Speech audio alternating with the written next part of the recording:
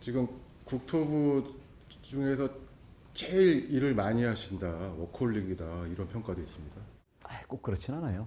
근데 제가 해야 파급 효과가 있고 돌아가는 일들은 축구로 치면 내가 괜히 볼 잡고서 이리저리 굴리면 안 되잖아요. 빨리빨리 패스해주고. 예. 그래서 다른 선수들이 돌아갈 수 있도록 하고 저는 위기 관리라든가 아니면 정무적인 조정이나 판단들 있잖아요. 이런 부분들을 좀 해야죠. 그래서 저로 인해서 의사결정이 늦어지거나 모호하거나 아니면 책임을 회피하거나 이런 일이 일어나지 않도록 거기에 집중하는 거지. 그 나머지 시간은 또 제가 잘 쓰고 있습니다. 요 직전의 사이클을 보면 한 2012년부터 한 8년 정도 상승 사이클 온 거 아닙니까? 주된 그 이유는 아무래도 금융위기 이후 그리고 코로나를 인해 가지고 유동성이 많이 풀린 게 원인이 될 거고요. 또 부분적으로는 공급과 수요의 시차 또는 이 불일치 이 부분이 그 작동을 하면서 주택 수요가 소득보다도 훨씬 이 유동성과 공급의 불일치로 인해 가지고 과도하게 올랐다고 보죠. 그리고 저는 펀더멘털은 소득 대비 집값이라고 봅니다. 그래서 지나치게 높고요. 그리고 이게 지금 하방 요인으로 작년 8월부터 이제 금리를 서서히 올리기 시작하고 점점 가팔라진 거 아닙니까? 그러면 금리 상승에 의해 가지고 결국 가격이 아직 정착이 안 됐기 때문에 호가도 아직 너무 세고요. 그리고 매수 수요들은 계속 집을 미루거나 관망 상태이기 때문에 이게 금리 상승 흐름이 어디에서 멈추고 하락 전환하는지를 확인하기 전까지는 전반적인 매수 심리가 살아나기는 좀 어렵다.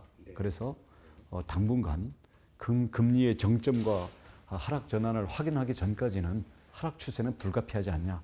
근데 과연 어디까지 가야 되느냐 또는 어디까지 갈 것이냐라는 전망을 하기에는 특히 정책 책임자로서는 조금 신중할 수밖에 없죠. 소득 대비 집값 말씀하신 게 PIR인가요? 그렇죠. 기본 개념은 PIR이죠. 그게 18배 정도로 제가 알고 있는데. 근데 PIR 18배 하니까 느낌이 안 오잖아요. 근데 쉽게 하면 우리가 소득을 자 25살부터 60살까지 만약에 노동을 한다 치면 한 30년 정도의 소득이 있는 거예요. 길게 봐도 35년 정도의 소득이 있는 거거든요. 35년 소득의 18년치가 집에 들어갔다는 것은 평생 소득의 절반이 고스란히 집에 들어갔다는 거거든요. 그 사회는 지속 가능한 사회가 아니라고 봅니다. 네. 소득이 더 올라가든지 집값이 소득 대비 일정한 범위를 유지를 해줘야 된다. 주거비용은 소득의 한 20%. 그다음 PIR 평생 소득에 대해서도 35년 버는 것에 대해서 한 10년치 또는 많이 가도 한 12년치 요 정도가 집값 상승기의 그 자산 가치라고 보죠. 그래서 지금은 이게 너무 커져 있기 때문에 이전 점들에 대해서는 일정한 하향은 불가피하다고 보고 있고 과연 어디가 균형점인지 그것은 아무도 얘기할 수 없죠.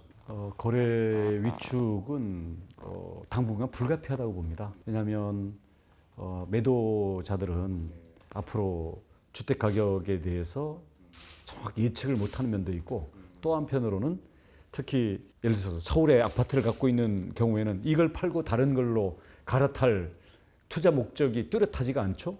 그래서 역대 최저의 거래량을 가는 것은 불가피하다고 보고요. 그래서 이런 과정에서 우리가 인위적인 거래의 활성화라든지 수요 진작 정책을 펴기보다는 그동안 가격 상승으로 인한 시장 자국 우려 때문에 우리가 매우 방어적으로 임할 수밖에 없었던 여러 가지 시장의 제도들과 규제들을 정상화하는 그렇게 해서 그 이후에 수요와 공급의 원활한 작동 그리고 가격이 균형점을 찾았을 때 거래량이 다시 활발해질 수 있는 그것을 다지는 기간이어야 되지. 지금 계속 미끄럼틀을 타고 있는데 그 중간에다 뭘 맞춰서 한다는 것 자체가 효과도 없고 또 시장에 잘못된 신호를 줄 수 있다고 생각합니다. 시장은 가격 발견하는 자기 정화 기능이 있다라는 게 제 소신입니다. 인위적인 시장 개입은 없다. 이렇게 좀 해석을 해도 될까요? 그렇게 일률적으로 말할 수는 없고요. 현재 우리가 그동안 공급이 인위적으로 억제됐던 부분은 특히 수도권, 그 중에서도 서울, 또 우리 정비 물량들이 지나치게 억압되어 있었기 때문에 그 초과 이익이라든지 아니면 안전 진단이라든지 아니면 이제 서서히 그 노후화가 진행되고 있는 서울 시내에 27만 호의 30년 이상 주택 또 이제 신도시 이런 부분들에 대해서 기간을 두고 시장이 충분히 여기에 적응하고 정상적인 예측 가능한 것을 만들어낼 수 있는 이런 규제 정상화들을 할 때다. 이 초과 이익 문제가 2006년에 제도가 만들어진 이후에 그동안 많은 사정 변화가 있었거든요. 우선 집값이 너무 올랐기 때문에 면제 기준이라든지 아니면 구간별 할증, 그러니까 누진 구간 부분들에 대해서는 좀 조정을 해줄 필요가 있을 것 같고요.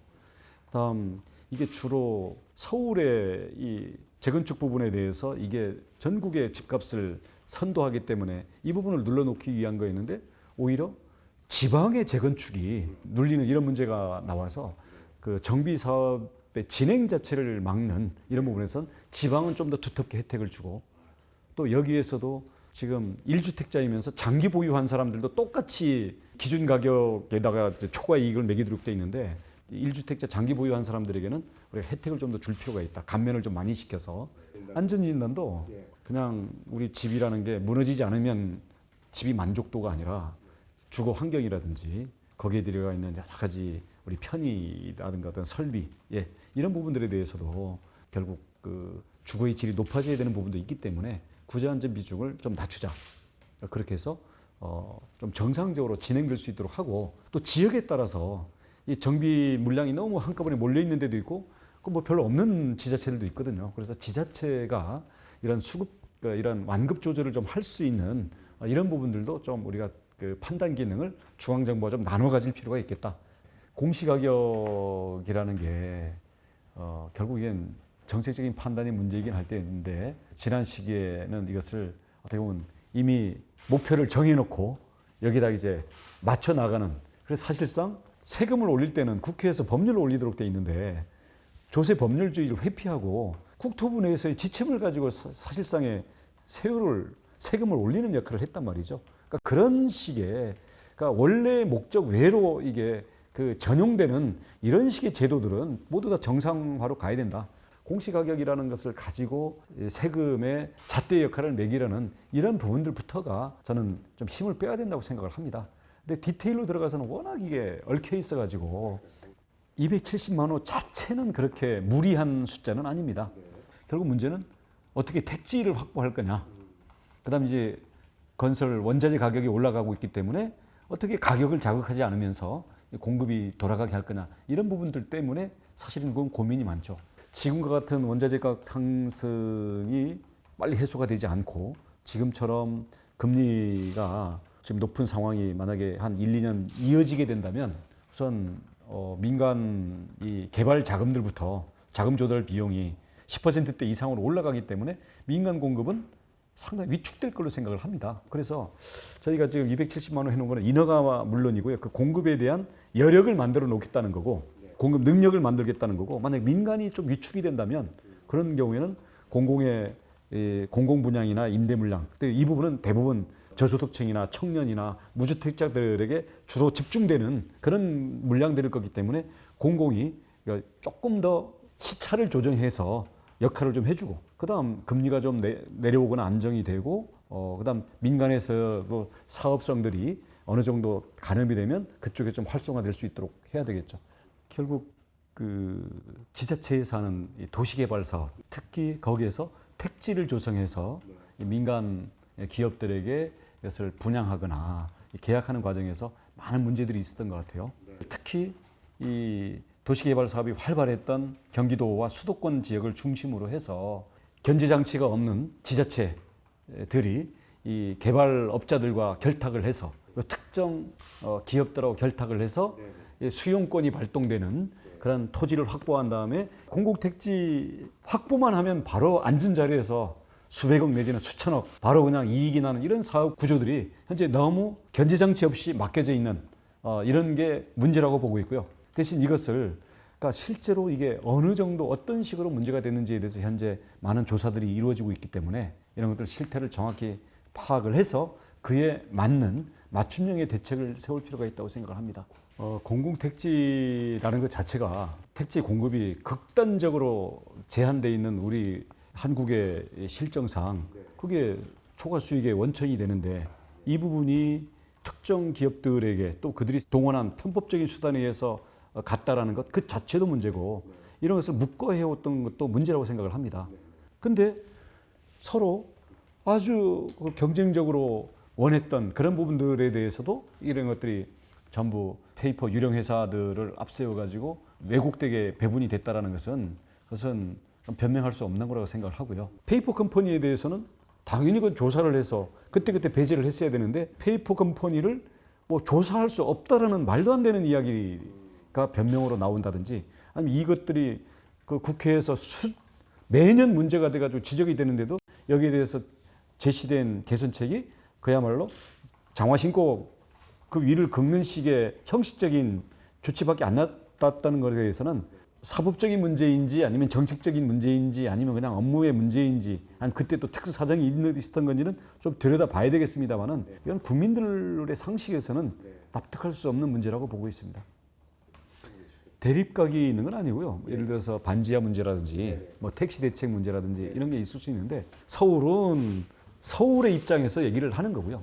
우리 국토부는 전국을 바라보는 입장이고 당장의 그 서울시에 해당되는 것뿐만이 아니라 전부 다른 제도들과 맞물려 있는 부분들을 가서 하는 거기 때문에 서로가 할 수 있는 것들을 내놓고 그 조율해 가는 과정이라고 볼 수 있지 대립각이 있거나 무슨 이 협조에 문제가 있는 무슨 견해차가 심각하게 있거나 그런 건 전혀 아닙니다. 앞으로 잘 조율해서 함께 그 일을 풀어 나갈 겁니다.